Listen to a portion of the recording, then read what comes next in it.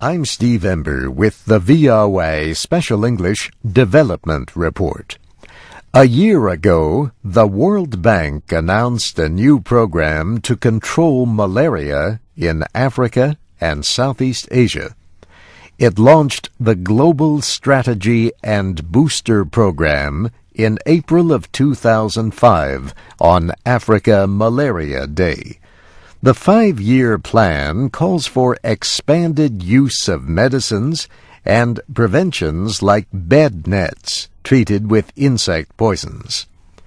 Public health experts say mosquitoes spread as many as 500 million cases of malaria each year. Now, 13 of those experts in North America, Africa, and Europe have criticized the World Bank for its history on the disease. Their criticism appeared in the medical publication The Lancet.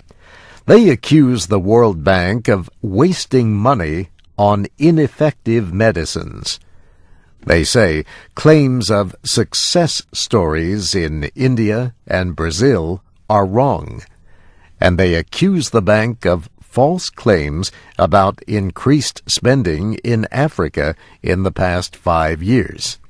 Amir Attaran at the University of Ottawa in Canada and the other experts call on the World Bank to close down its malaria projects.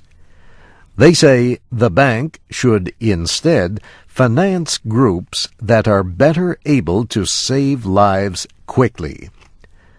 The Lancet published a reaction from World Bank officials led by Jean-Louis Sarbib. The officials call the financial reporting accusations untrue, and they use evidence from India to dispute the accusations about treatments. They say the bank is basing drug treatment policies on differences in the disease within the country. They say a one-size-fits-all policy would not work there. The statement says malaria control efforts have been successful in parts of Brazil, Eritrea, India, and Vietnam. But it also says that the bank's overall efforts in the past did not have enough money or people. The officials say the bank has learned from the past years. They call the new plan results-driven. Malaria kills more than 1 million people each year, mostly young children in Africa. The Abuja Declaration of 2000 calls for a 50% cut in malaria deaths in Africa by 2010. A Lancet editorial says that if the World Bank is serious about being judged on results, then this is a chance for cost-effective action. In economic terms, the disease costs an estimated $12,000 million a year of lost productivity in Africa alone.